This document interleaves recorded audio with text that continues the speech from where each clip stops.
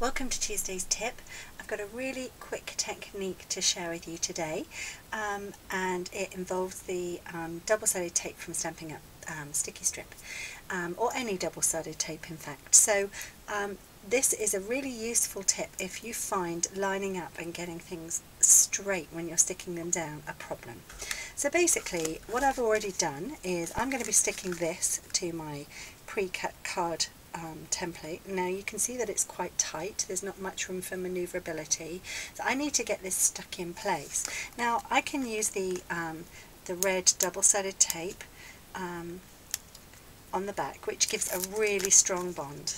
I love this stuff. I recommend it if you need to really stick something down. It gives a fantastic bond. It's great for when you're making little mini albums, and you may think you only need one type of glue, but to be honest you need a different type of glue for different projects.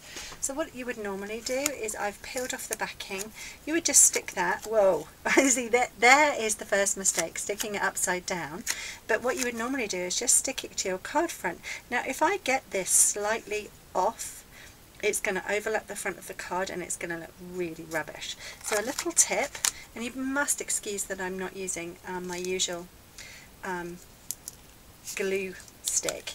I have a class on a Monday and all my supplies are at the hall ready for tonight's class, so I'm quickly doing this video with just supplies I have at home. So what you do is, if you cover the double-sided tape, you cover it with the glue stick that you have, and that will just add 2 layers of glue. But what it will do is it will stop the double-sided tape from sticking instantly. It will still stick, it just means that you've got a bit of manoeuvre. So I'm going to show you if I was to stick it on wrong. And just a little tip also, what I do is I tend to line up 3 of my corners. So if you can see, I'm lining up this corner here, I'm trying to line up this corner here, and then I gently lie this corner down here.